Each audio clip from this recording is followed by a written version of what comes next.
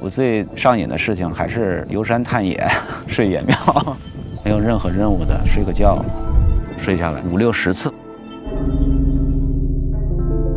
我觉得在教室里边去教一些艺术的东西，有点像剩菜再热再吃的那种感觉。这个环境是一个最原始的环境，是你需要去用你的想象力和用你的经验去填补。竹林寺呢，处在桑干河畔，两边都是山，然后就像一个突然空降的这个山顶上的一个寺庙。顺着河谷要往上走，流水不断的把这个路给冲断，然后背着很重的行李要过河。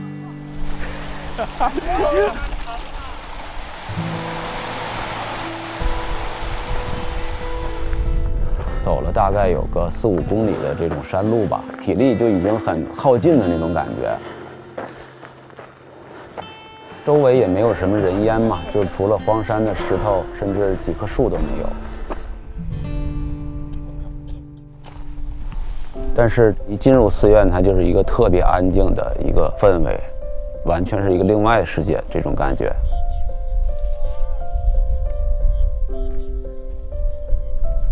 始建于是明代万历年间，它是一种全神的寺院，只要是老百姓需要拜的，它这就会出现。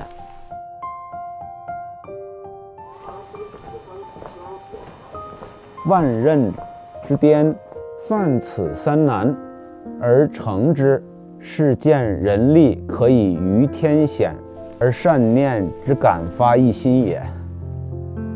这跟我们的感受就几乎就是一样。这样一个寺庙，它盖的又是一个很讲究，这么大的石料，这些砖、这些木料都要从外边、从山底整个运上来。你从这个院落穿到那个院落，它都是通过这些窑洞的洞口。你穿过一拱门，突然看到远山，有点像任意门呀，有点像这种超现实空间呀，这种感受吧。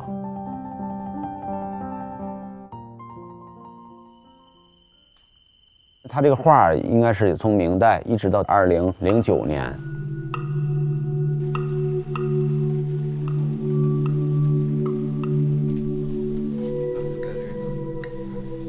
昨天晚上整个度过了一夜，听到的都是此起彼伏的呼噜声，还有伴着这个佛乐，念经的这个声音就是不间断的，永远在那儿放。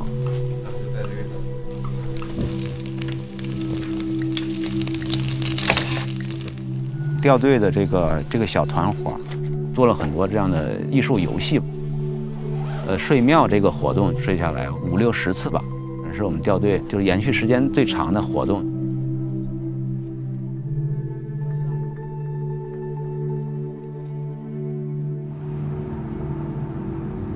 有伙伴给我发了一张图，到山上一个应该是一个败落的，从气息上一看，我觉得可以去。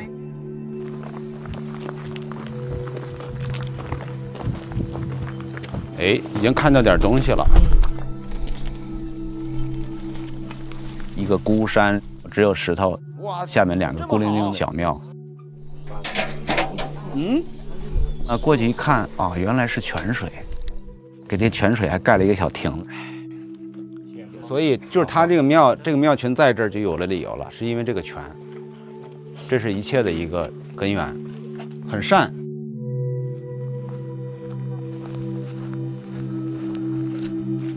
你看，我们今天要找的前2个寺庙，其实可以说就是没有什么了。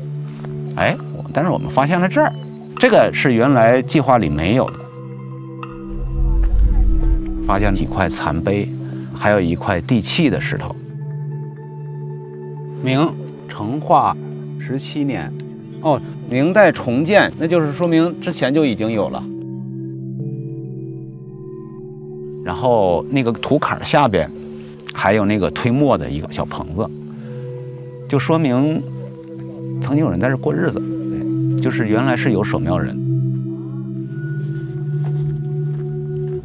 正经的寺庙的那个东西都已经残破了，当地人又用这个砖头瓦块又堆了几个小庙。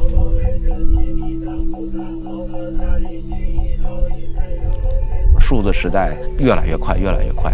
当你追求效率的时候，你一般就会走直线。可以的。但是山河褶皱里没有直线。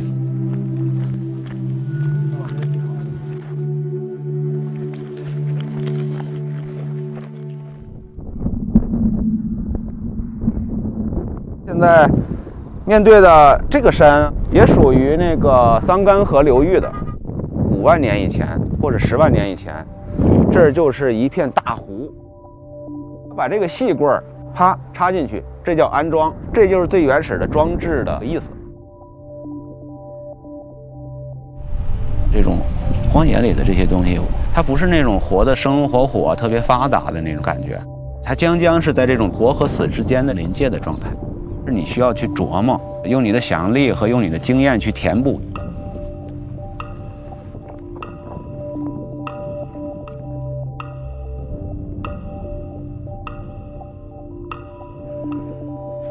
所谓人庙，就是几块砖垒起来的那种小庙，是从这种残垣断壁的砖头和瓦瞬间重建一个寺庙的这么一个概念，反而有一种永恒感。